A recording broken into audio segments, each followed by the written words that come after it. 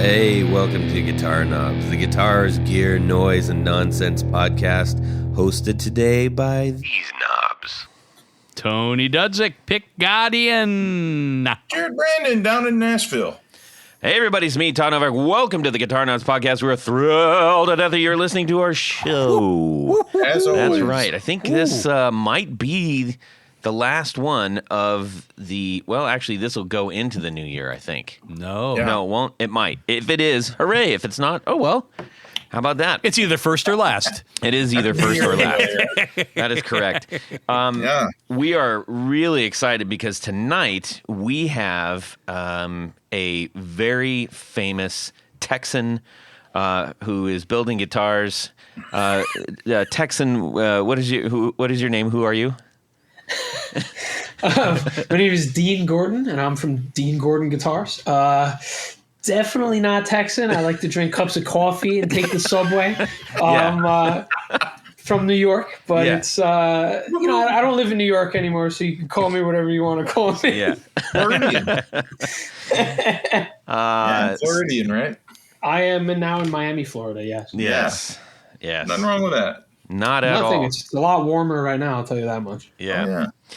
Well, ladies and gentlemen, if you are not familiar with Dean Gordon Guitars, boy, oh boy, do we have a treat for your eyes and ears if you go down the path even further. Or fingertips. Dean, where can people go see your work? So obviously, I have my website www.deangordonguitars.com. But then I have also, where I blog more extensively is on my Instagram page, which is Dean Gordon Guitars. And then I have my Facebook page, which is also Dean Gordon Guitars.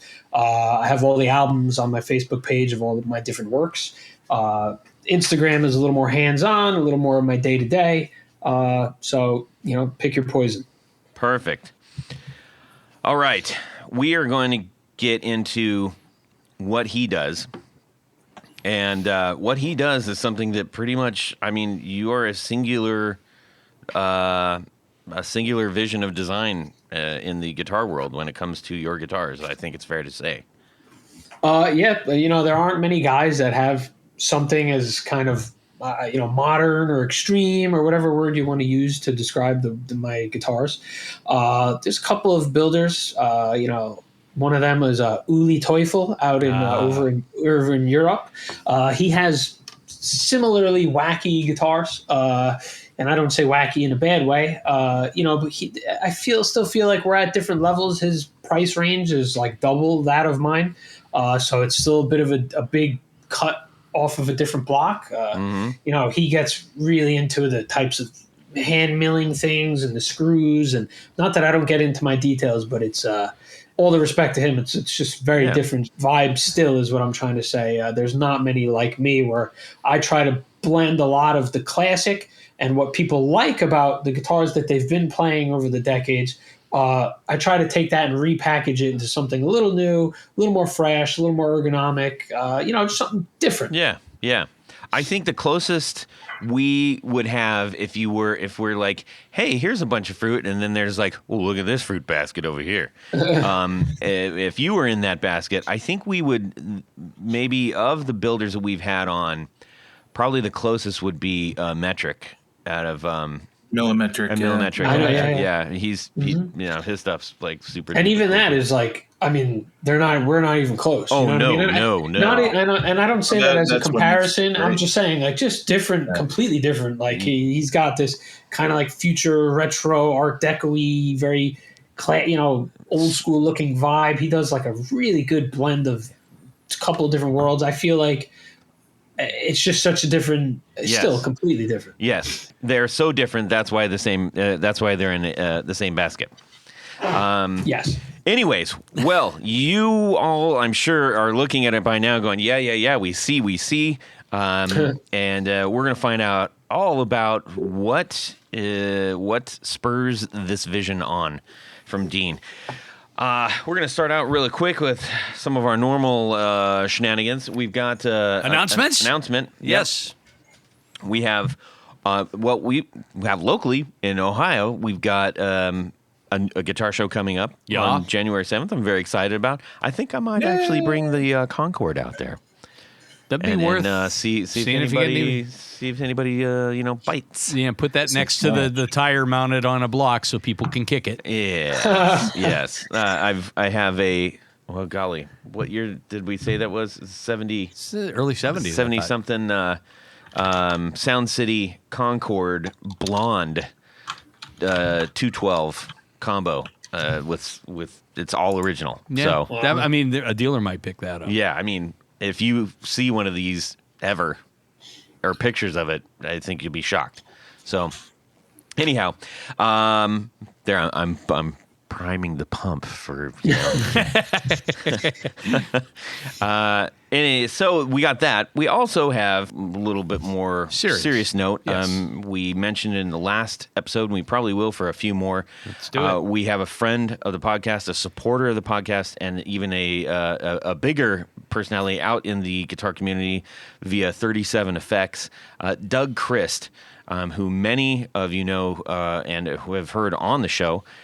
His son is in some health trouble and is getting a heart transplant. I think I'm trying to remember where he is in the process right now, but regardless, it is a long process because it isn't just getting it. It is the months of rehabilitation and medication and all those things. And it is aside from, just having to go through that from an emotional burden for all the entire family, it is a huge financial burden that most people are never prepared for. So they've set up a GoFundMe, and we are asking you to consider checking out Finding a New Heart for Tim Christ. Finding a New Heart for Tim Christ. If you just type in Christ, Chrisist, sort of like the more famous one, Yes. you should find it. It would be a great help to him and his family, and they are huge supporters of the guitar community. So we send our support out to Doug and his family, and for Tim on a speedy recovery as he goes through this process. Now, onward, we are going to go. This week, what's going on in our music worlds this week? We're going to start off with the befuddled-looking Tanya Bolonsky sitting across from me. What's going on, Tanya? Well, our good friend, Yes. Mark Chatfield from our last episode. Mark Chatfield. So Mark was at my shop not too long ago. Yes. And I was He was on the last episode. Yes, he was on the last episode. I missed it. I'm sorry. It's okay. Maybe he'll come back. He had a lot to say, I'm sure. Probably will. We could talk about other stuff. Yeah. But anyhow, he came down to my shop, and Todd had given me a Jensen Alnico 12-inch speaker, and I didn't have a box for it. Because Tony, you do so much for the show, and I just wanted to do something nice. Well, that was very nice of you to Yes. do, and I do greatly appreciate that. But anyhow, I didn't have a box, and I asked Mark, and I said, "Hey, do you have any empty 112s?" And he said, "No." He said, "But I've got this Trainer amplifier that I harvested somebody put a UK greenback in it that I wanted, and the thing's just sitting in my garage. Do you want it?" I said, yeah. Yeah. So he brought that along the evening of our last episode, and I had a chance to put that said 12-inch speaker into it. Mm-hmm. And what I didn't realize, a number of things. So what he gave me was this Trainer YCV40. Now, it's one of the newer trainers that Yorkville Sound, but it is made in Canada by Happy Canadians. Okay. Even more impressive, when I first looked at it, I saw two power tubes, and I said, "Oh, it must have like a solid state pre and tube out." Well, you have to take this little cover off, and there are 3 AX7s inside. So this is a full-blown tube amplifier, about a 40 watter. And It kind of looks like a piece of luggage. Well, yeah, sort of. Yeah, it's got that look. Like oxblood, Yeah. Tolex leather stuff. Yeah, and then with a wheat grill cloth. Yeah. And Wheat. a wheat. So I popped the speaker in, and my God, this thing sounds incredible. It really does. I mean, what does that mean? Incredible. it's got the Is the it amp. more incredible than your hand-wired AC 15? I wouldn't go that far. Okay. But it's more versatile. I will tell you this, because it is set up that it has essentially what I would call 3 channels. It's got a clean side, and then it's got a dirty side, and then there's a boost. So it's a second gain stage. And all 3 settings sound fantastic. I mean, they really do. And the breakup is just really nice with that Elnico speaker. So I'm really happy about that.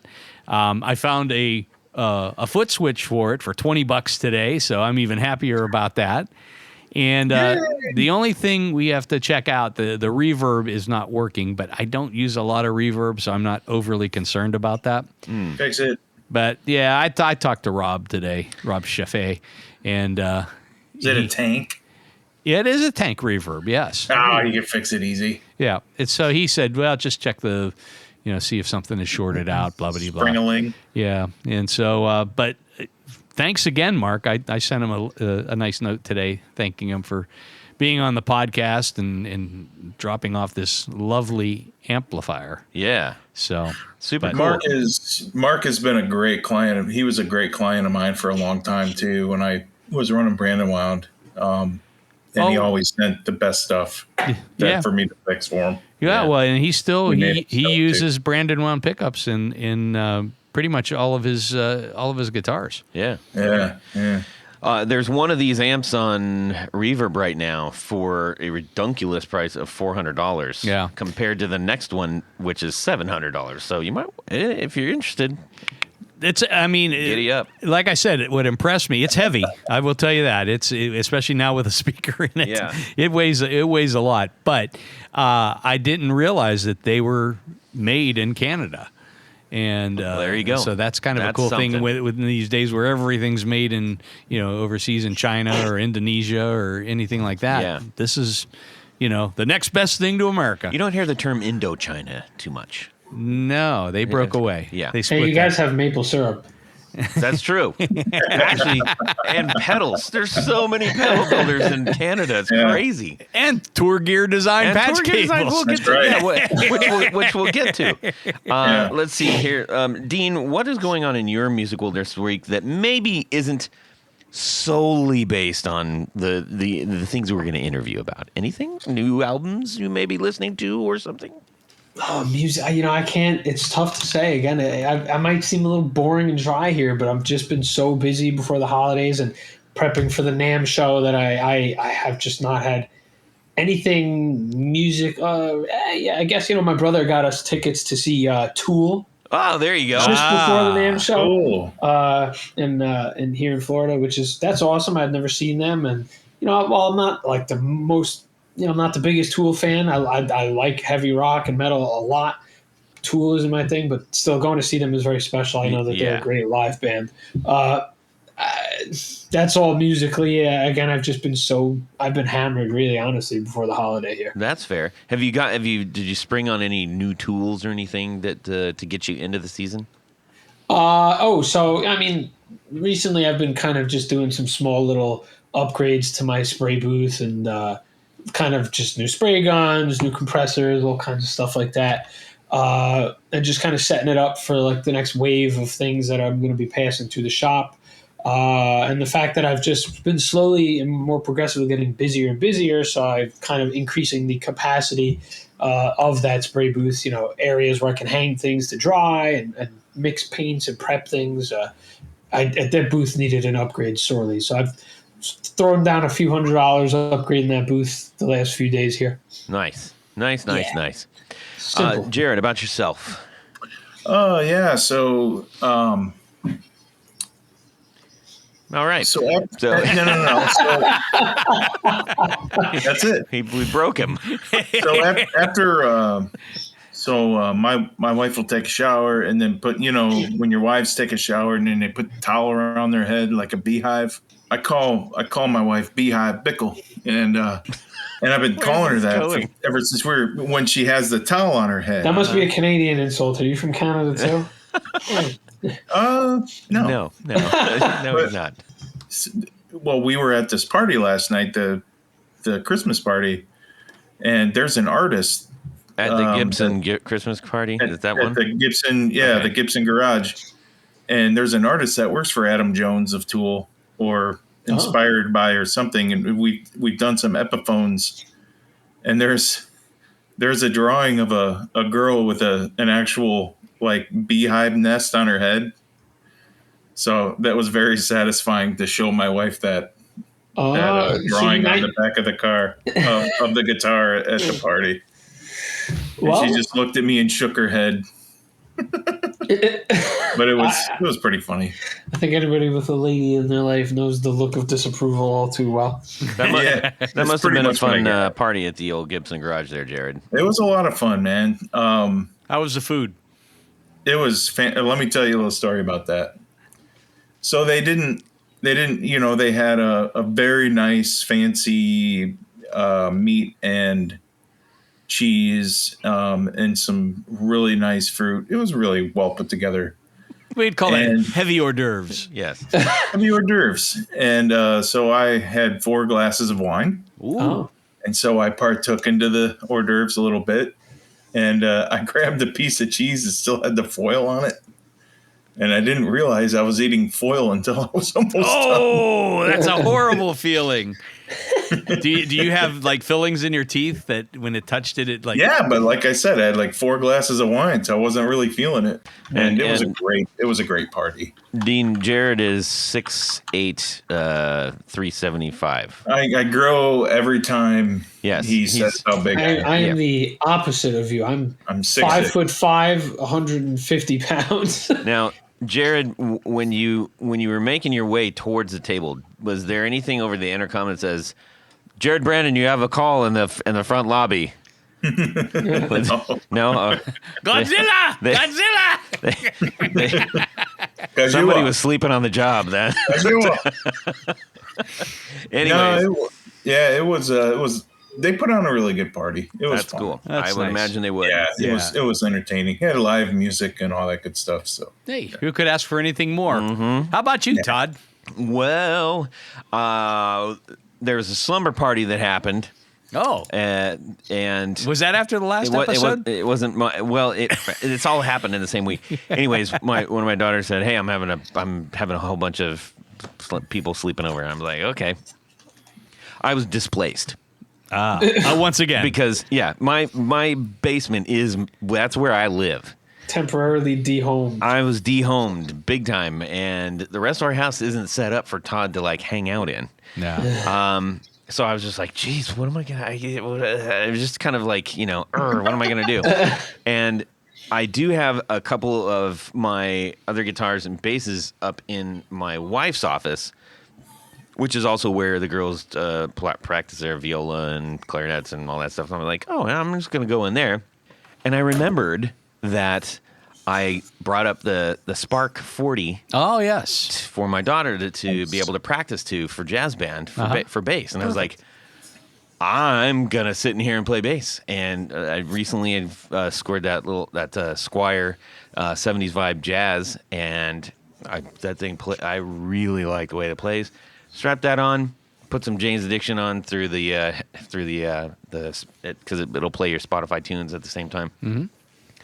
And I played in there for like an hour and a half. You probably sounded just like the record. I do. It's amazing. Eric Avery and I can hang out and play. I mean, no problem. Nice. Well, that's cool. Anyways, if he can keep up with you, yes, exactly.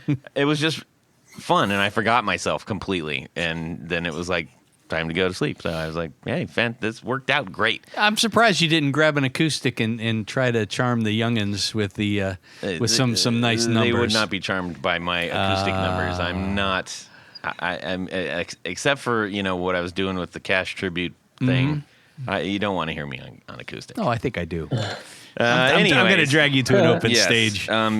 So speaking of acoustic guitars, Tony, Yes. what goes with acoustic guitars? Well, not normally, but I think you could probably work out a way to put some Tour Gear Design patch cables. It has nothing to do with acoustic guitars. It's just a funny segue. Oh. Yes. So anyways, Tour Gear Designs. Tell them about it. Well, these are special patch cables from our friends up in Canada. And they use a very flat cable with very teeny tiny ends.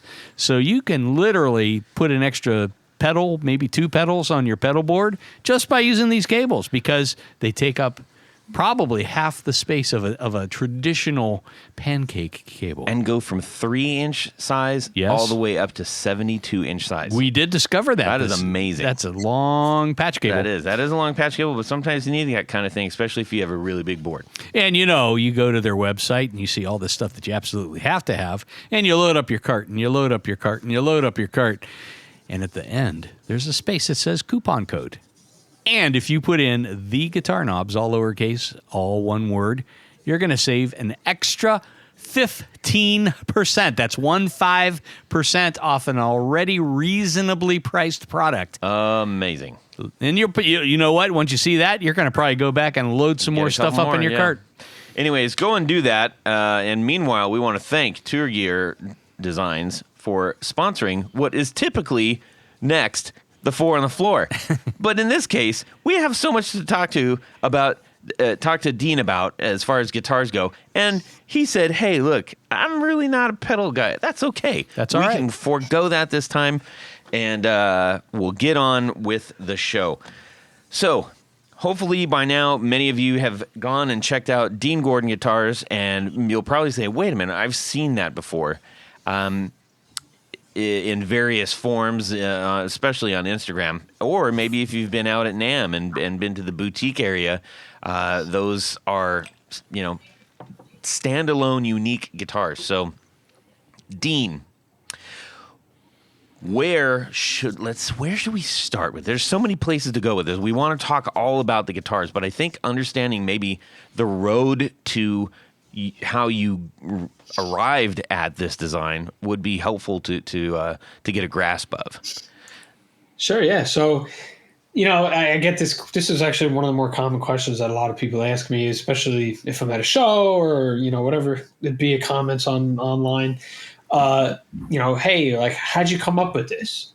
Years ago, when I was 14, 15 years old, and I started playing guitar, and I got through the tinkering phase, and I had built my first parts guitar, and I kind of got into, more into learning about luthiery. I said to myself, I'm going to, make my own guitar. And I had been sketching all different designs. And what I noticed was I would come up with the design, and most of them were around Telecasters, because I'm a Tele guy. And basically I would do that, and I'd go online and I would find some guitar builder somewhere doing an offshoot of the Telecaster, or and then hey, let me draw a Super Strat or a Strat, and I'd find some guy doing exactly that, because there's a million different versions of Telecasters today and a million different versions of Stratocasters. And then one day, I kind of was just playing around with the lower horn area of the Telecaster design, sketching, and I kind of just stopped halfway, and I had the design of what I now call my Mirrors model, or a very rough sketch of it. And I said, hey, that's actually kind of cool. Like, if we were to cut away a lot of that horn and kind of just have something in place that is much thinner and allow for the access. And that's how I arrived to the first design. And, at first in my head, I was thinking that lower horn piece would be made out of wood. I quickly realized it should be made out of metal because it's a tougher material. And so on from there. That's the root short version of how I came up with the design, and it's the core of it. It was essentially, I didn't want to make, as I realized so many people are doing more of the traditional designs, I got bored of it. I didn't want to make or do something that everyone else is doing. It bored me at a young age. And I was going to an art high school in New York City. I was going to the High School of Art and Design. I was gearing up to go to a college for packaging design and graphic design and all that. And, so creativity was all over my school, and the forward-thinking design, and, doing the same old always bored me. So that's kind of how I arrived to where I am today, and the core around my design. Thank you for that backstory. I think that adequately gets us to where we are, with the exception of. Well, first, wait. I'll go back to the actual story that you just finished, which was when you did arrive at this. Did you give yourself, I guess, was there any part of you that said, I can't do this, or I shouldn't do this, or this is guitar blasphemy, or is this just gonna fly? Did you have to give yourself like permission in any way? There's always that feeling, and that I don't know if the word is trepidation, maybe in your head about like, hey, like, can I step forward with this design? Is there something that like I should spend my time and like, I'm a young kid, so should I spend my summer saving up money for parts to make something that might just be horrible? And at the time when I came up with these, I had an apprenticeship with Sadowski guitars. And at the same exact time as that, I had an apprenticeship with Victor Baker guitars. Wow. So he's a well-known archtop maker now in San Diego, and Roger Sadowski is a legend in the business out of New York. At the time, Victor Baker was in New York, and I had the apprenticeships, and I remember showing Victor Baker, and Victor was like, yeah, man, that would be like a huge pain in the ass to make that. And Roger kind of gave me the same look, and he was like, "Oh, okay, like yeah, you could do that. Like, there's no reason why you shouldn't be able to do that." Is this pre-CNC, by the way? Like when everybody kind of jumped on CNC? So this was for me. Obviously, I didn't have a CNC machine. Victor Baker was running a CNC machine. Okay. And Roger Sadowski, at the time they weren't making anything in the shop. They would do a lot of work in the shop, like the fretwork and all that, but everything was made out of the house and brought to them.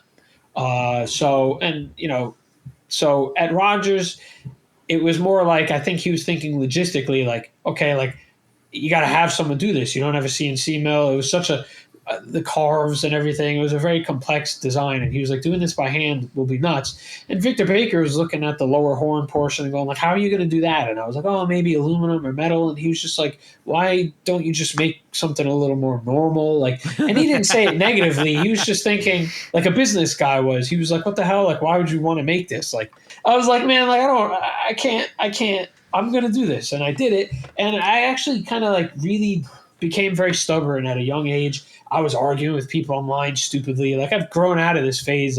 Because I would post pictures of my first few projects online, and people would come at me. I've been told to kill myself. I've been called an idiot. Wow. The term. I have a folder on my computer somewhere full of screenshots of the messages and comments that I get. Really crazy stuff. Now, today that just makes me laugh. Like, I don't care. Like, okay, great. Like, this guy could be a loser who's talking to me, so I'm not going to take it to heart. And probably is. It sounds like yeah. That would be, instead of like live, laugh, love, you could have an entire wall just with a vinyl of all the insults. Yeah. to spur you on. Screw these people.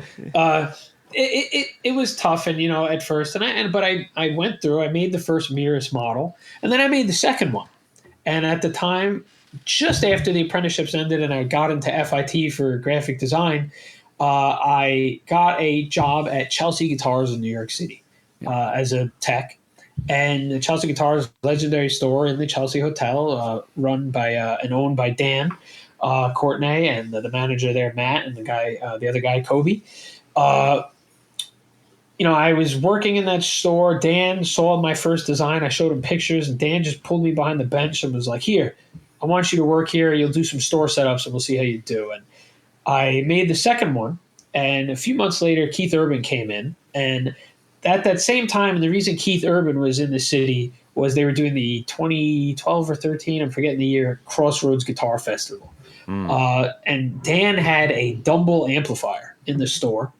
Dumble Overdrive Special, which is, again, a legendary amp. I'm sure you guys might have heard of those. Yeah. Just maybe.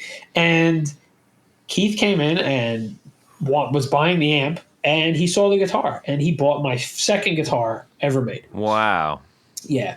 So that, long story long, is what sealed in my head, okay, I have something with this design. If Keith Urban was like, this is a cool kid, this is a kid with something, and bought it right there, I felt in my heart that this is something that I have to do, and I'm onto something. And that has been a big source of motivation for me to keep going and get to where I am today, 11 years later now. Mm-hmm. And yeah, that is like the core of what cemented the idea that I got to go ahead with this crazy design. That's awesome, man. That's a great story, and it's exactly the answer I was hoping to get. Besides, yep. Well, look, I mean, it's all downhill. It's all downhill from here after Keith Urban. So it's let's talk about some of your musical influence. I mean, I have to think Sure. that to some degree, what you're doing, had to have been influenced in some other way besides, oh, this is kind of a cool accidental design I got. Where were you musically in the years preceding this? Okay, so one of the things that got me into making guitar, not just making, but working on guitars in general, was at the time in my teeny bopper years, I was very much so into the band Muse. At this point, Muse is like the biggest rock band on earth. They're huge. I'm sure you guys have also heard of Muse. Yep. Matt Bellamy of Muse has these very custom guitars made by a wonderful luthier in England, Hugh Manson. Of Manson guitars, and he has his own design. And I remember seeing an interview with Matt, and Matt said, I wanted my own design because I don't want something that has ghosts of other players on it. So Matt, That's interesting.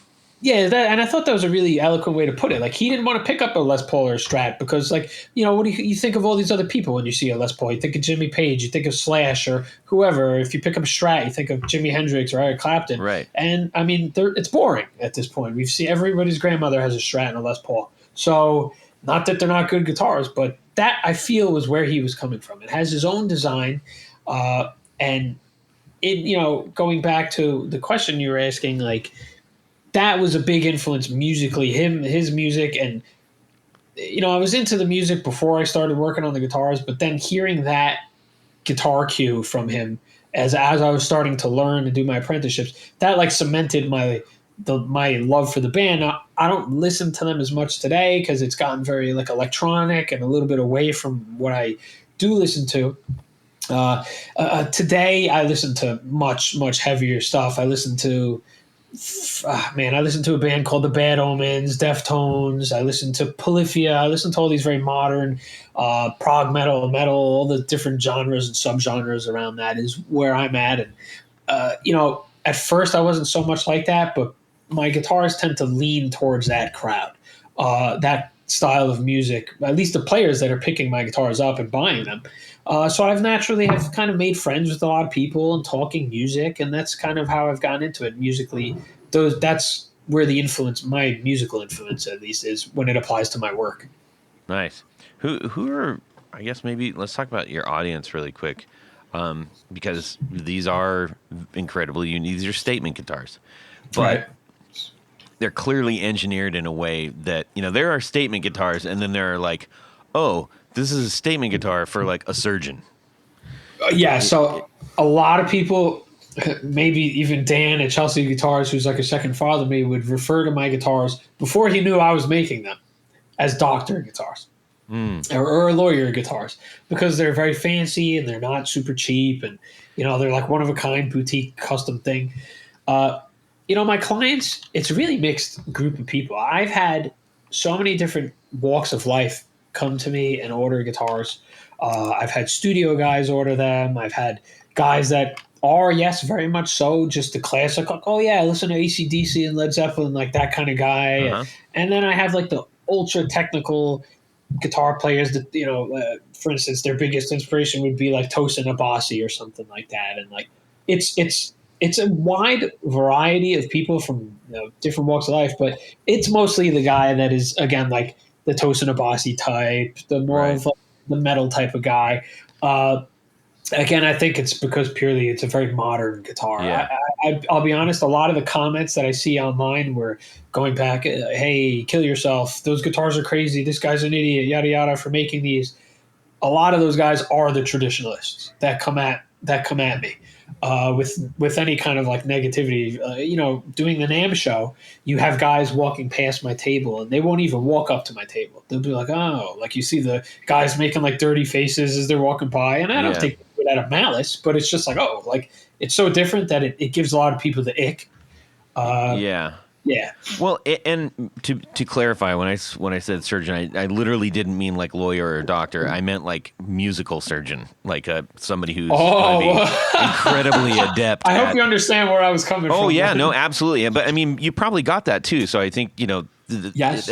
that's when you go through. NAMM is a great example of this because you can walk through, and I know without saying, we don't have to necessarily say, but there's like one or two rows where you're like, oh my God, what are these people doing? Right? And it's not the boutique ones. It's just the import. We'll just say they're the import weird, guitars. Yeah. Like, this guitar will change color whenever it's like, what? Now, I'm not naming names, but I'm already thinking of a few guys. The banjo harp guitar. Yeah. Yeah, I mean, great people, really passionate people, but there's definitely a lot of like, what the hell? Yeah. But these, like, the difference is there is, oh, look at this. This is different for the sake of being different. And there's another one where it's like, well, somebody's got a vision here. And not only do they have a vision, but you can tell. You don't have to know much about guitars. You can look at this and say, okay, that is a highly engineered guitar. Right. Like, there's nothing nonsense about this. Right. Yeah, I mean, there's definitely thought that went into every line and to every curve and the way things are placed on my guitars. I mean, in this business, it's so competitive that I feel like if you're going to sit down and already lay these things out and put the effort into making them, why not do it in a way where you put a little extra time into thinking about where every line is and where every cut is and where every carve is? Yeah. Because like, what's the point otherwise? Like, why bother? Yeah. And so for my work, obviously, I do apply that engineered thought to the design, and I love to say to people that, like, because a lot of people always say to me, like, is it different just for being different sake? I'm not going to sit here and say I make the best guitar in the world. I'm not going to sit here and say it's going to revolutionize guitars. I'm not trying to do that. Honestly, I think there's only so much you could do with the electric guitar before it's just not a guitar. Like, it's a bridge, it's some tuners, it's pickups. You know what I mean? Like, how different can you really make it before it's no longer the instrument that is intended? Yeah. So to me, I think, the cutaway, where your hand can get in there. I like to say it's like 5 or 10% better in this area, 5 or 10% better in that area. My guitars are generally lighter. My guitars generally, the access is easier. They balance. Like, so there are areas where, like, say you're comparing cars, and I'm not saying my car is a Ferrari. My guitar is a Ferrari, but let's just say my guitar in this instance is a Ferrari. Let me say that for you, actually, so that I get you off the hook. In a world of muscle cars, this is a supercar. Yeah, more closely aligned with the supercar. Now, whether that means something that is like completely outlandish, or it's just. No, this is highly engineered and for a specific kind of audience. What you said about Ferrari is like, if you're scrolling through these pictures, you'd be hard pressed not to say, man, I hope this guy gives one of these, sends one of these to Ferrari and have them put a horse on it or something. Oh, that one. Hey, I made one inspired by Ferrari a while back, and I emailed them with it, and they never responded. I did the same with Rolls-Royce and Aston Martin, and they never responded. Wow. And then last year's NAMM show, I did one inspired by McLaren, and I emailed McLaren, and they actually posted a whole article on me on their press release website. Fantastic. So McLaren, shout out to McLaren. I'm sure hopefully someone's listening, but shout out to them for actually seeing that and doing something cool, unlike all the other companies. But I understand, obviously, I'm just poking fun. But yeah, again, if it's a muscle car and mine is a supercar, both of them still go from A to B, is what I was getting at. Mine, being the supercar might just be a little faster and a little lighter weight. You know what I mean? Like, that's what I'm getting at. I like my guitars and the shape to really speak for themselves, and for it to be a breath of fresh air without people going, that's too much for me. Like, one guitar maker that I feel, or a company that I feel has changed things in terms of as much as people like what they think of guitar, Strandberg guitars. They make the headless guitar with those trapezoidal necks, but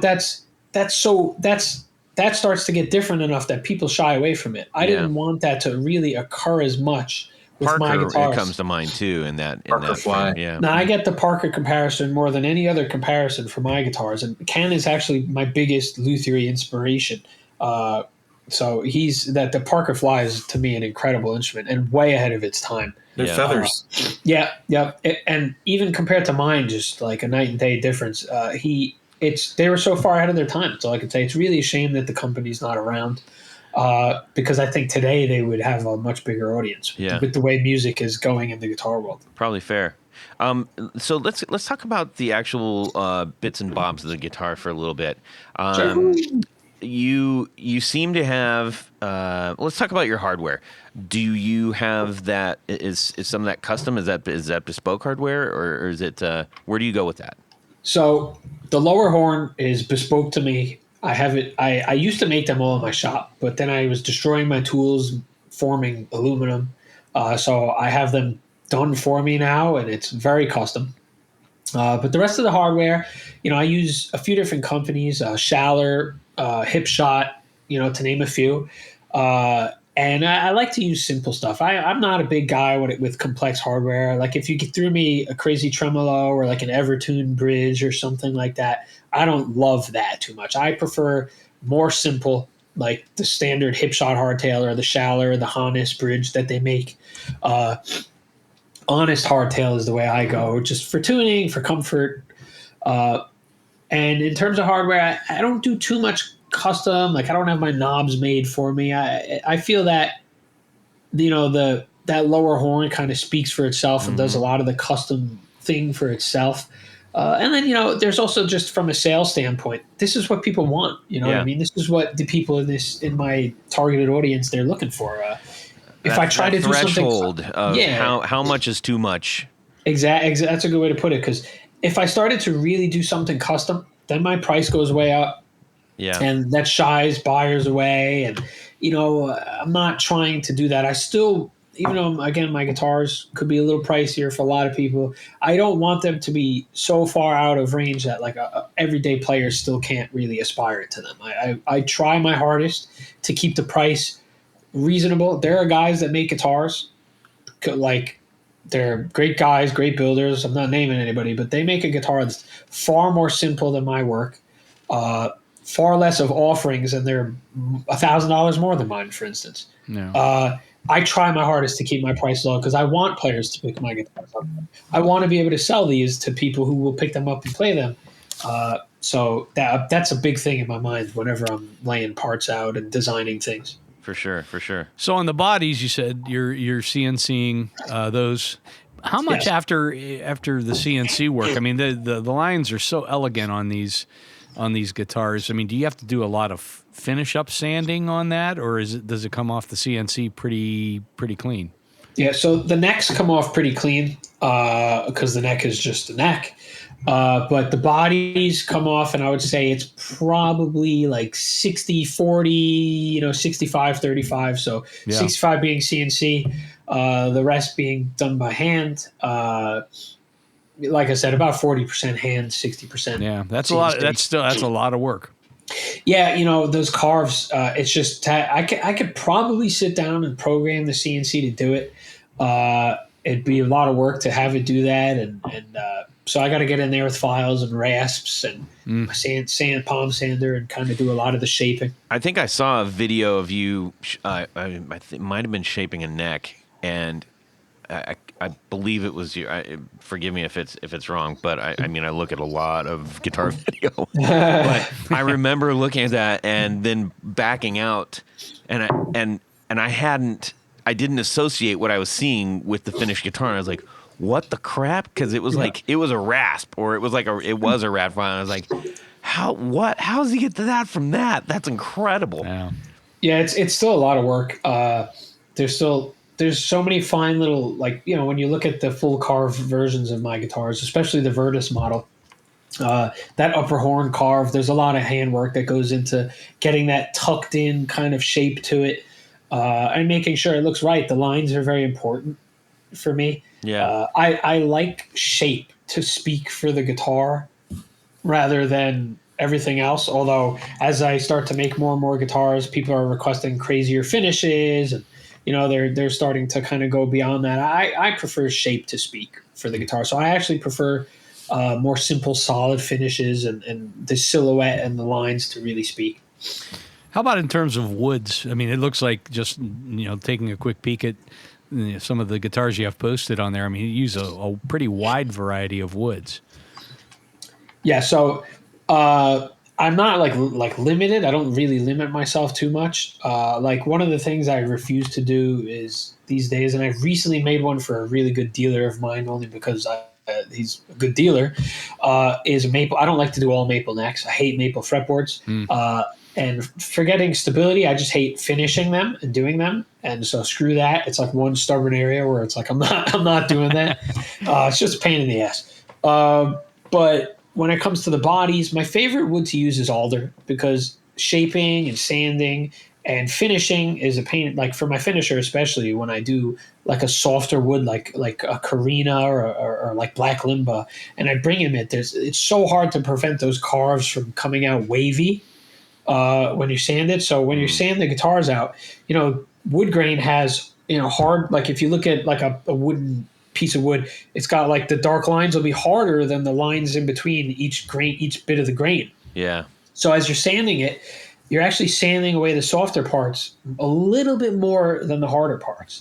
So when the finisher gets to it and sprays his even coat over it, the finish is going to spray out wavy. So when you look at it in the lights, so you'll see the waviness. So I prefer alder because it's easier to get smooth and it gives you a better finish. And I actually think tonally alder is a very complete wood. It does everything. I think Yngwie Malmsteen would like that style of guitar. Yeah, you scallop the whole guitar, not just, the full wood.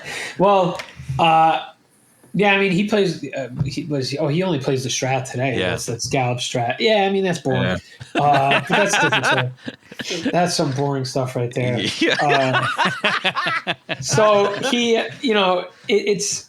But I do use all different kinds of wood. I use all kinds of figured maples and walnut, and I love the sound of mahogany. So I will use mahogany, even though from a building standpoint, I prefer alder.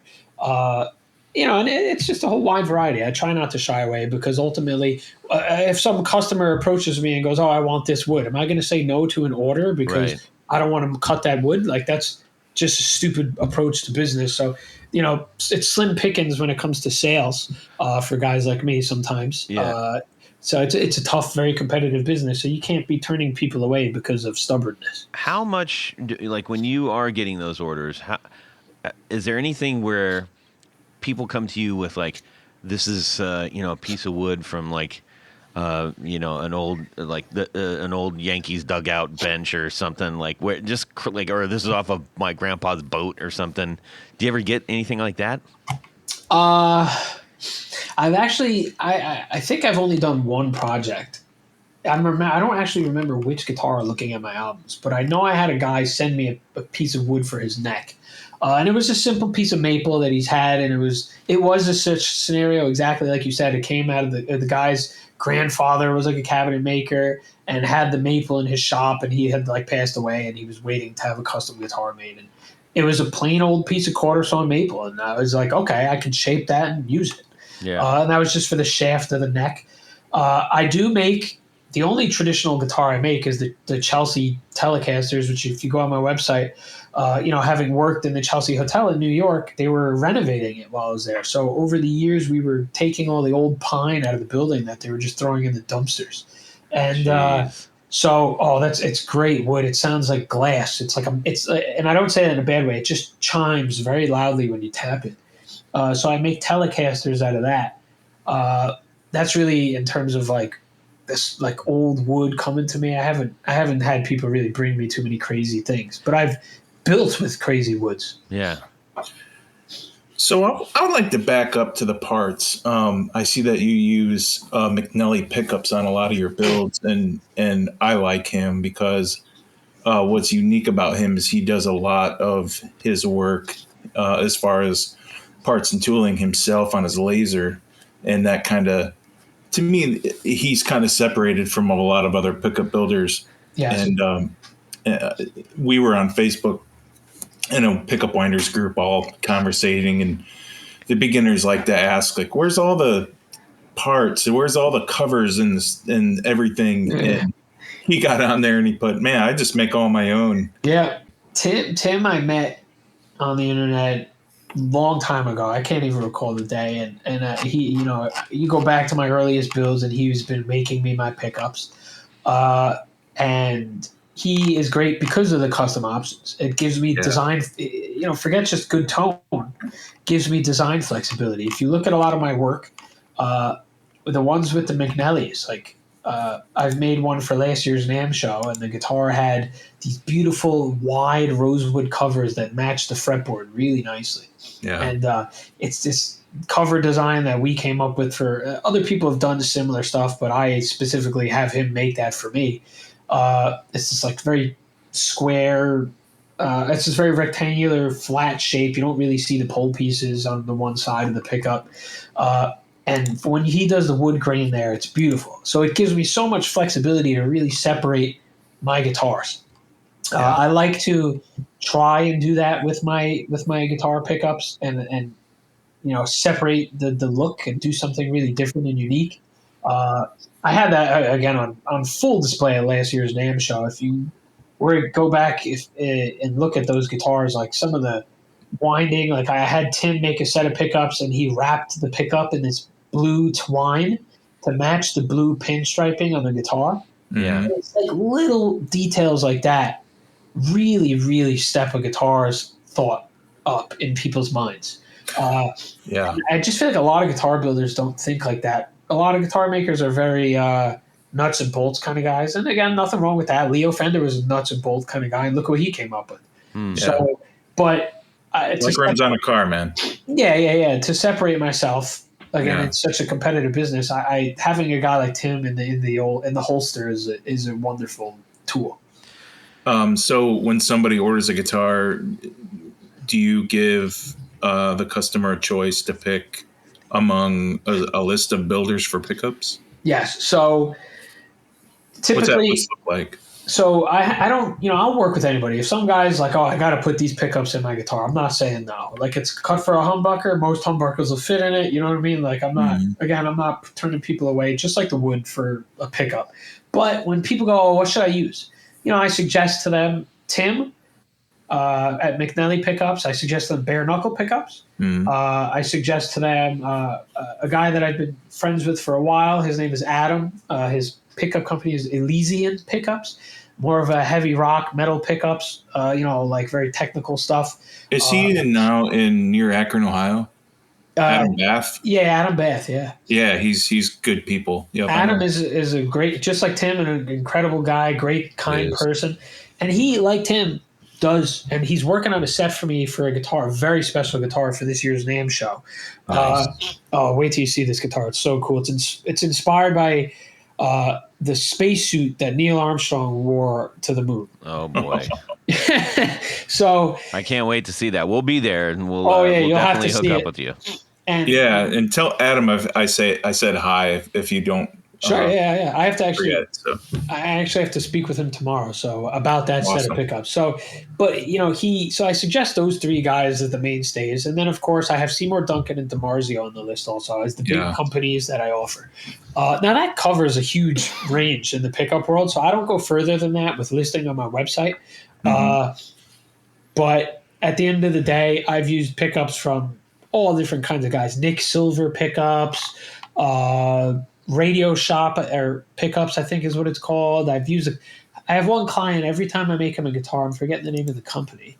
He sends me these pickups from this guy that hand makes them in Japan. I'm forgetting the name of the company though. Interesting. There's so many winders out there today. It's incredible. And for me, one of the big things that turns me on to pickup makers is if they do custom stuff like what Tim does and what Adam does for me, like special covers and winding and wrappings, because again, from a design standpoint, I try to separate my guitars on many levels. So that's one area where I try to be a strong suit with. So awesome. Moving forward, is there anything that you, as you've been developing these guitars, is there anything that you're saying like, I have this thing that I'm working on, I feel like I could make a change or make this improve on this, or have you hit any of those things where you've encountered that? Yeah, so one of the big areas that I wish that I could do a change in my design is on the Virtus model. That guitar, stupid me, making my life harder with all this design stuff. Oh God, I beat myself up over this every day. That guitar does not fit in like 90% of guitar cases ever. And that's When just, I it has designed a the wider Virtus, body, right? yeah, it's a wider body, and not by much. We're talking like an inch, not even. Yeah. That upper horn, it just does not fit in so many cases. So people, before I started making guitars, I hated hard shell cases for guitars. I think they're worthless. And not that I don't think they have their point. Like if you're shipping guitars, I get it. But like who wants a hard shell case? You get a guitar, you stick it under your bed, it collects dust, the guitar's on the stand. So like I have always said, there's so many great like semi-hard case makers out there today, like semi-hard gig bags like Mono and Gator makes them and TKL.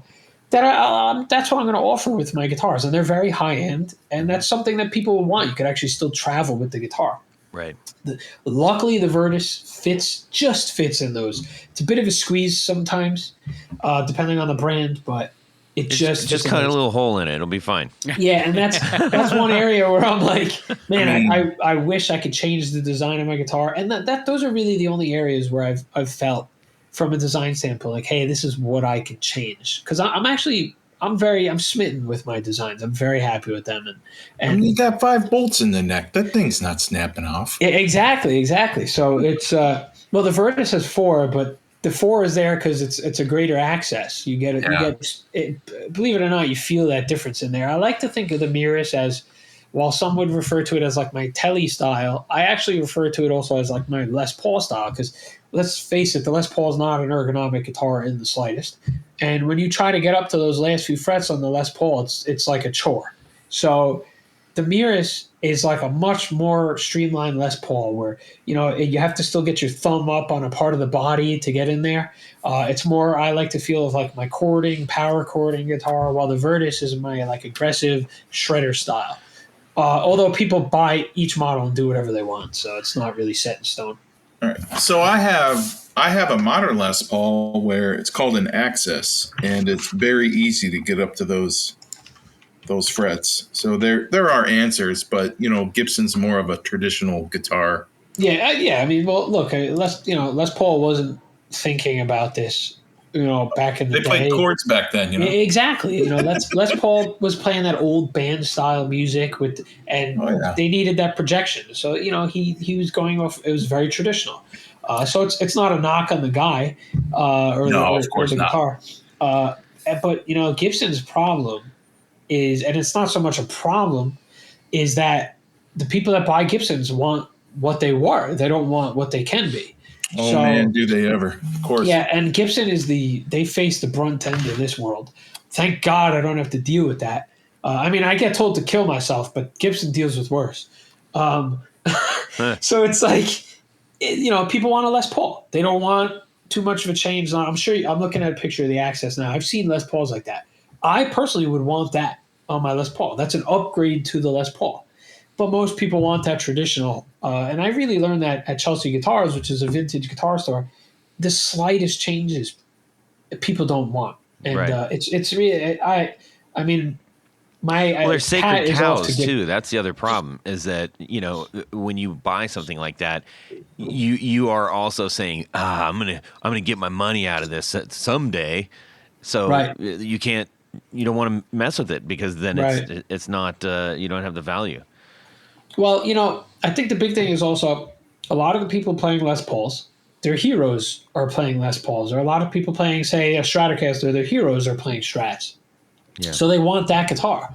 Like your Les Paul Access, Jared, for instance. You know how many more people would pick that guitar up if Jimmy Page only played those? But he doesn't. And that's the problem. Gibson and Fender are very much so connected to the heroes. Yeah. So that's tough from their end, designing things. Yeah. I'm hats off to the design teams. It's hard to break out of that. It's a really good mold to be in, because like you're legendary, but it's a bad mold, because if you ever want to do anything different, it's hard. Now, moving forward, you mentioned you have a special guitar that you're working on for NAMM. Yes. Any other cool things that you have on the bench that are maybe super unique that you don't have to tell all about it, but if there's anything you can tell us about it, that'd be really cool. So I am working on 4 guitars for the NAMM show, and obviously for the NAMM show, you want to spice up the guitars and really make them showstoppers. So Says the guy who's making the spiced up showstoppers yeah, on a yeah, daily yeah. basis. To sit down and to go, okay, how can I really elevate these is fun to me. That's why I do this. That's awesome. So I have the NASA Apollo 11 kind of guitar, which is going to be this crazy metallic white with all these little details that kind of show like design elements of the spacesuit specifically. Like parts are anodized blue and red, and you'll see it. It's all going to make sense when you see the guitar. It's very difficult to explain otherwise. And then I'm making 1 guitar. I have a local gunsmith who does a finishing process called Cerakote. And I don't know if you guys know what Cerakote is. I believe it's a ceramic base finish. Very tough stuff. And they'll finish things like rifles and handguns with it. Okay. And often are not used for artwork. And I went into his store the other day because I was just walking past it and I was just glancing in. And I'm not a gun nut, so I'm not trying to bring any of that up. But I looked in the window and I saw he had a bunch of the firearms that he had done the Cerakote finishes on, like really artistic stuff. Like one of them was like really Miami Vice inspired. And I was like, oh, you know what? I wonder if he could do guitar parts. So I walked in and I asked him, and he can. I actually just dropped the parts off a few hours ago before the podcast. And so this guitar that I'm making is going to be this great teal color, and the parts are going to be this electric kind of green. Wow. Yeah, it's going to be really something special, that one. Just not inspired by anything, but just cool color design and mix. You'll see. That'll be popular. That's going to be a 7-string guitar. What the hell else am I making? I'm forgetting off the top. Is it electro? It's not electro, like it's sprayed on and then it's like baked, I believe. Okay, it's okay, all right. Yeah, it's I think it's baked. I mean, it's a lot like powder coating, but just a lot more durable and finer. But yeah, it's going to be super super unique. That's neat. Yeah, and then I have one. I'm doing in this Porsche yellow. It's a Porsche color that they call racing yellow, and I have a special set which I haven't shown off yet. I'm holding it in my hand right now, actually, of DiMarzio pickups, and it's the 50th anniversary of the Super Distortion over at DiMarzio. So they're actually coming back to the NAMM show this year, and they're like faux carbon fiber topped with like a yellow wrap around them. They're probably the most unique set of DiMarzios on the planet in terms of like look. I've never seen them really make anything like this. And that's going to be a really cool guitar with real like actual carbon fiber parts. And again, long story long, like all these guitars that I'm bringing are going to have some really great little details, very tasteful. And this is what I like to do in my lutherie. Like there's only so much I can show off with my fretwork and how I make my nut and how the guitars sound and play. Of course, those are the most important aspects. Yeah. But to me, the fun is in the design. Aesthetic, yeah. Yeah, sure. It's the fun. That's at least for the player and for guys like you see in them, the fun is in that it's a guitar and it's the whole package. But for me, in the shop day to day, I see the wood every day. I see the frets every day. So the fun is seeing the design come together. And even more so when a client comes to me with a dream that they want to apply to the guitar, whether it's inspired by their house or a car or whatever they want to have an inspiration from. The fun for me is getting that together and getting it to people and trying to bring their design to life in ways that haven't really been done or haven't been done too much. Yeah, the last thing I want to comment on before we're going to be rounding third here and heading home to our Would You Rather segment. Sure. And Tony might roll his eyeballs at this, but back in my youth, back in the day, I worked for a couple of years at a vintage Porsche restoration shop. Oh, yes. Oh. And we had all kinds of vintage racing cars, and I mean, it was wonderful. Heaven? Yeah. I mean, it was incredible. And we had loads of speedsters and stuff like that. And one of the things that I truly fell in love with and had just so much admiration for in these designs. And like yourself, I went to art and design school, and when you see things out in the world there are things that click with people with the mentality of ourselves that don't with everybody else, maybe necessarily. Right. Not for better or for worse, just for different. Right. And one of the things that I started to realize was in the simplicity of those early designs, there was so much incredible thought that went into the design. Oh, just yeah. as far as like Especially the 911.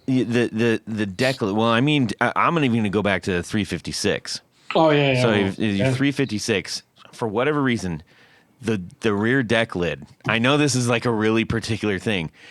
It curves in such a way that there's just enough curve on it to where it isn't a silly square thing like a lot of the Right. mid 70s American cars were, and no imagination there is with it. So there were all these lines that they didn't have to do that probably complicated the crap out of making them. Yeah, But- especially then. But they did them because they're like, no, but this is the right thing to do, and it gave those cars a personality that people, a lot of people can't put their finger on. Well, And- like in the day, and I don't mean to cut you off, like that's Yeah. what separated like Italian design. Was they were willing to do curves while everyone else was doing like straight lines and Right. hard edges.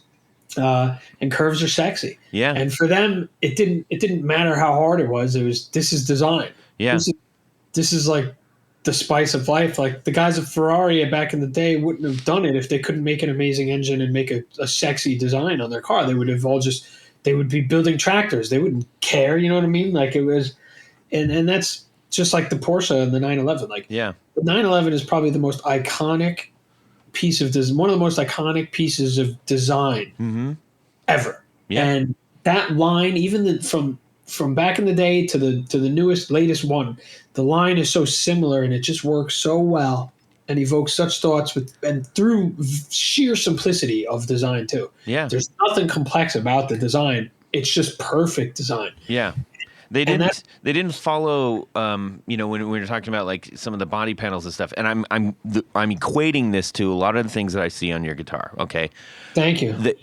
In most cases, you have a quarter panel. Well, naturally, you'd cut that right. That's where it would end. And they said, no, we're not going to end it right there. It'll interrupt the line of the car. It'll interrupt the curve of this panel. Right. And they thought completely differently than everybody else. And that's one of the reasons they're so successful. But honestly, when I first saw your designs, those days in that shop came to mind, and so there you go. That's very kind of you. I mean, that's cool, and that's like what keeps me going. Like it made you think of something nice. It made you think of something cool. Maybe a time in your life that you really, really appreciated and you talk about all the time, and I'm sure you do. Yeah. And that's what I want my guitars to do, and that's what when I was designing them. What I wanted my guitars to do that, because if they weren't doing that, I'd be in financial. You know what I mean? Like, I don't know. Like, Yeah. That's the spice of everything to it. And, Yeah. it keeps me going. It really does. That's Awesome. From when I was a young kid, like you said, maybe people who went to art school and had that specific mindset, maybe we all think differently. But even if I could meet one person a day and just teach them that thought or tell them that way of thinking that we just discussed, that could change the world. So it's a very powerful thing. That feeling that you have and that thought process that you had is that's what it is to basically be human. There you go. Indeed. Well, we are going to fire up the old El Camino right now. And Jared's going to grab the keys. Jared, where are we going? Well, you're going to come on down to Nashville, and we're going to go on my new deck I made this past summer. Will you have Will you have some of them Gibson hors d'oeuvres? Yeah, absolutely. No aluminum foil. I'll make sure they're not as modern though. Oh. All right, we're going to play a little game of Would You Rather?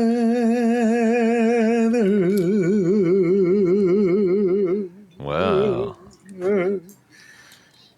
gentlemen, our good old buddy Bruce Bacon, he always brings the bacon Double with B. the Would You Rathers every single time. Yes. And good old Bruce.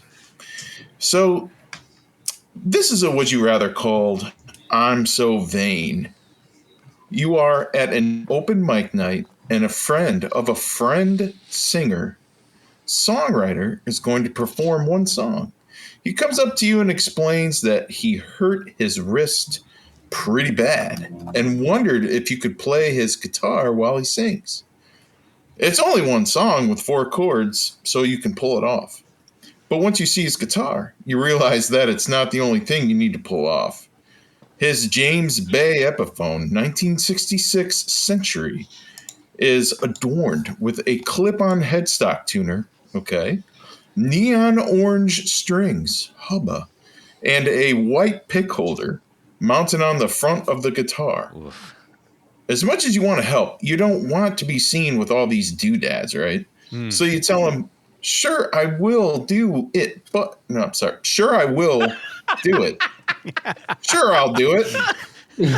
Sounded like you had a little stroke there, Not Jared. working.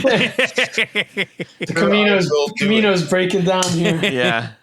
Sure, I'll do it, but I have to take 2 of these things off. Luckily, he has pliers and a Diodario NYXL's 9s in his gig bag. A very good string. What 2 items would you rather take off? The clip-on headstock tuner, the neon orange strings, the the white pick holder mounted on the front of the guitar. So one of those like triangular. So you got to take 2 of them off, but you're going to be stuck with one of them. Yep, you have to have one on the guitar. Okay.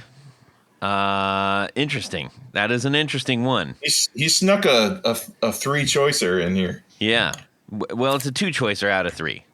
So it's still I'm keeping the tuner. okay. Keeping the tuner. Those strings, those coated strings sound terrible, so I don't want those. There you go. I'm sorry, they're just the worst. Whenever I had to install those on guitars, I would vomit. But Coated strings? hey, yeah, can you kill my guitar? Sure, put these on. Yeah, I would get rid of the coated strings, and I don't need that pick holder. So, I think the tuner's fine. Tuner, There you go. you gotta be in tune. So. It seems like on your guitars you would have one of those like just a quick thumb slide, like just it would be like a slot that nobody could see, but in the back it would be like spring packed with like a bunch of picks, just like that, except it would be in your guitar. Hey, well, that's a thought. There you go. At least it's not like that showing. idea. No neon strings, though. As long as there's no no. neon strings, that's the key of all of this. Yes. Tony, how about yourself? I'm in the same camp. I mean, to me, those neon strings, coated strings, are just nothing but a gimmick. I don't like the way they look. I've played a couple of guitars that have had them on, and I don't like them. Yes. Pick holder. That's what gaffer's tape is for on the mic stand. Right. So yeah, I'll keep the tuner. You Okay. got pockets. Got it. Let's see, Jared. Oh man, I have to say tuner because it's the obvious one. It's the most necessary function if you're tone deaf. What if the strings were neon purple? Still get rid of them. Oh man. Well, wait. What color is the guitar? Well, it's a 66 Epi Century. And I Yeah, thought, what would that be, Bolensky? typically they're sunburst. Okay, never mind. We're getting rid of the strings. Oh yeah. If it was like black, it's like, okay, maybe now, but like, no, it's not. Yeah. We'll do the tuner, and I have the same leather pouch my dad got me 100 years ago for picks anyway that I hang on the stand, so I'm good with the pick thing. So Well, what about you, old chill? as much as I just want to throw a wrench in the works, yeah, there's no way I could have neon strings on there at all. But I really can't take those tuners either, so I'll leave the pick holder on. Really? Yeah, why not? Ugh. I just the headstock tuners while you're playing. I can't. I can't do it. Can't do it. Why not? It's just one song, Todd. Yeah, It's just one song. It's a thing. I don't have. Let's talk Todd I used to into play. the string. Okay, one of the guys that used to play that I used to play with would leave his tuner on the whole time, and it would just drag. It drove me nuts because we're playing. Really, that surprises me because little things never seem to get under your skin. Yeah. And also, so I had a Clash tribute band for many years.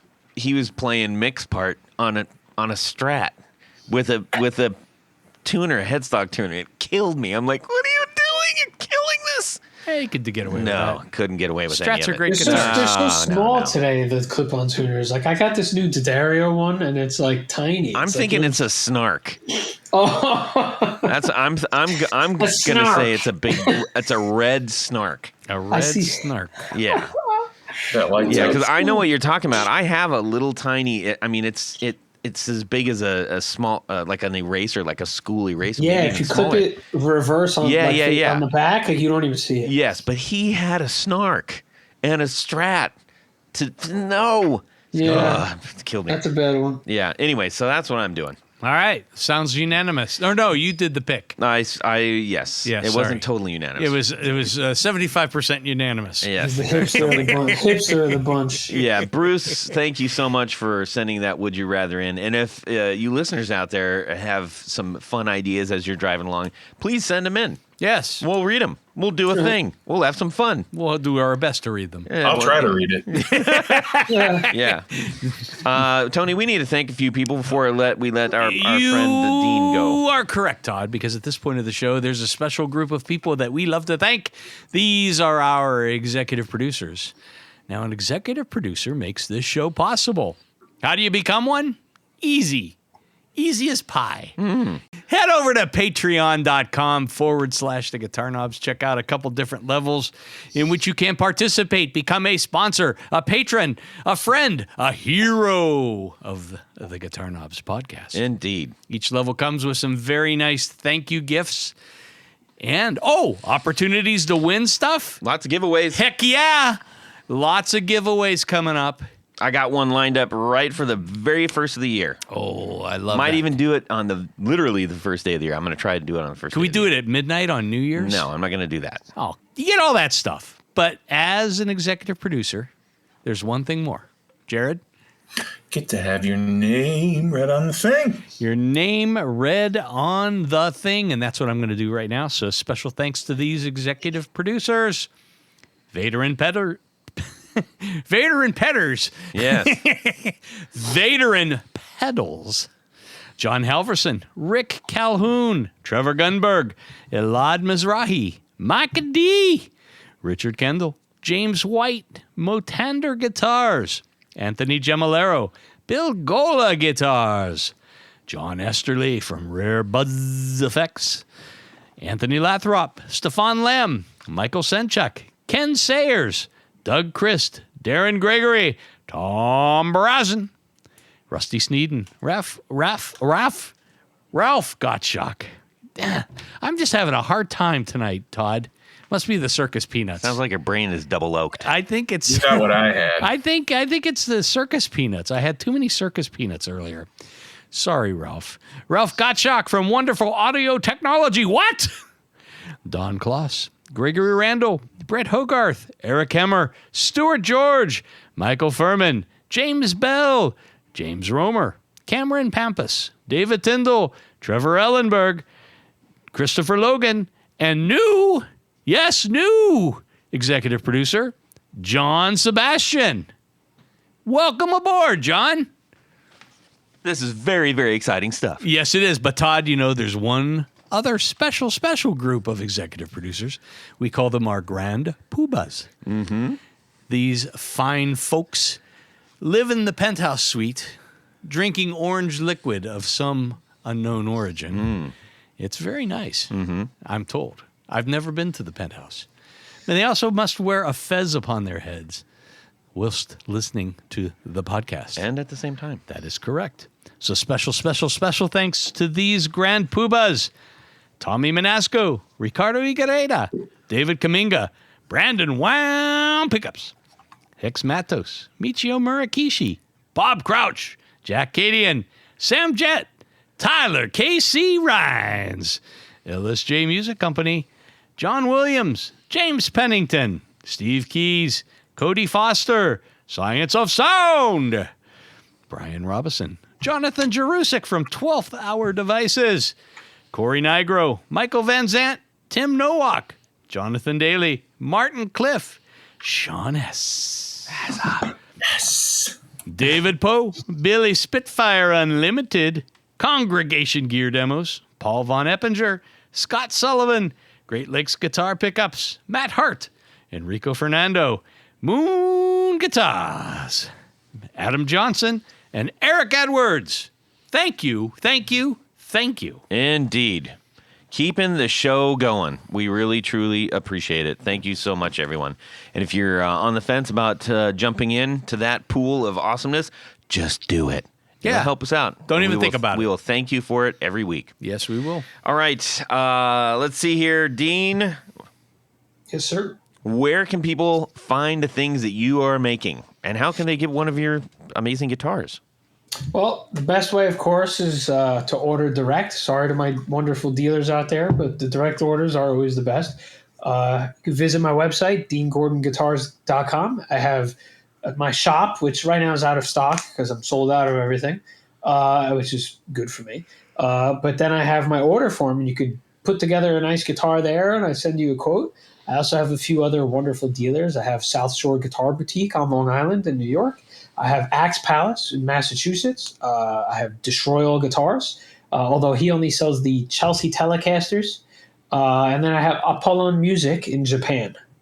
Awesome. Nice. Out of curiosity, what is a typical turnaround on one of your custom orders? My custom orders right now, and of course it bounces around, but if you ordered right now, it would be 5.5 to 7.5 months. Got it. Right now, a big portion of the delay is I have the next month basically focused on the NAMM guitars. Yes. Otherwise, it usually hovers around 4 to 6 months. Okay. So it's actually, from what I know, it's a while, but it is a very reasonable time considering what I've heard from other guitar makers making a similar amount of guitars. Some guys make you wait 1.5 years, 2 years. That's crazy. Not you. I can't do that to people because, I mean, like, anything can happen in 2 years. You can decide you hate guitar in a year. You know what I mean? Like, that's too long to wait. So Yeah. I'd hire someone before I let my waiting list get that long. I like that. Dedication, commitment. Yep. I like it. Tony, how about yourself? Yeah, head over to pickguardian.com. Check out some of the wonderful, fancy things that I do with plastic. Make your guitar even more yours. Pickguardian.com. I like it. Member FDIC. I'm going to make one of my other new ones, maybe even more. Oh, really? Yeah. So Well, we'll no. see. Man, I gotta come up with something like that. I didn't sound nearly as good and eloquent. Tony does it all the time. It's all the. It's in the Dean Gordon bourbon. Guitars. Just do it. You know. There you go. Do so it. close. Do it or Episode die. Yeah. Jared, about yourself. You want to reach out to me, jared.allen.brandon, Instagram. Perfect. Chat about whatever you want. You can shoot me an email, Todd at theguitarknobs.com. You can also DM me on Instagram at guitarknobs. We'd love to hear from you. Tell us what's up in your guitar world, what you are playing, what you like about the show, maybe even what you don't like about the show. I don't like Todd. Well, I get a lot of that. Anyways, hope to hear from you. And please, as you're traveling around in this new year, Yes. listen to the Valentinos Yo. for some great driving music.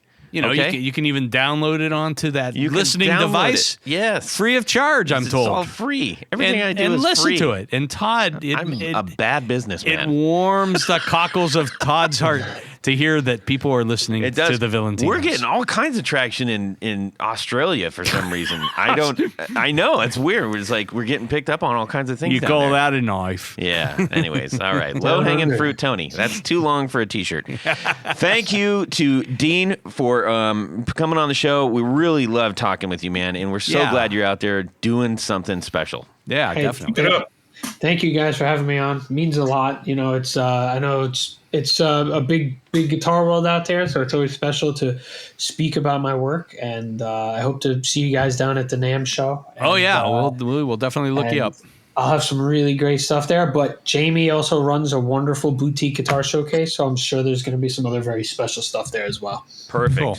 All right, man. Hey, everybody out there, have a fantastic guitar week. And subscribe! Yep. Jared.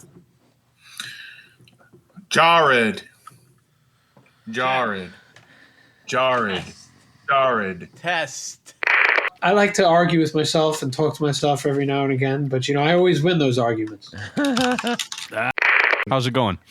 Hanging in there. Good. We just went through that, Tony. Weren't you paying attention? No, I was sleeping. My brother Jared is actually he's a professional fighter in the UFC. So I don't know. Really? How What's his last name? Gordon. Jared Gordon. Oh. Why did I ask that? You assume everyone has a stage name like you, Todd. I know. I picked a great stage name, Todd. Ugh. I'm high on circus peanuts. Yeah, I brought him a bag of circus peanuts. We're from New York, so that was the hometown victory. That's weird. I was detecting a very thick Texan accent. Yeah, you hear that? Yeah. I could be wrong. I'm a little confused. I'll be honest with you. You're talking about the lower horn. And Jared, if you do if you wouldn't mind muting while you're doing your computer work, it is super loud over here. Just so you know. I am not. Oh, sorry, that was me clicking just now. Oh, okay, no problem. You're fine. Yeah, you keep doing it. You keep doing it. Yeah. Yeah, he's from New York. I think he can handle it. Yeah. What else is going on? Nothing. We got all kinds of stuff going on, is what I really meant to say. I say that at the pickup shop, and I'm like, hey, get back to work. All the time like this. Get back to work. From his time when he was on the Newsies. Let's roll. Yes. And away we go. Well, that's it for these knobs. Please visit our Patreon page at patreon.com/theguitarknobs. Visit our website at theguitarknobs.com for all of our past episodes, 4 on the Floor blog, and other good stuff. You can connect with us on social too at our Facebook page and share your gear and stories on our Facebook group. Also, be sure to check out our Instagram at Guitar Knobs. Catch you next time.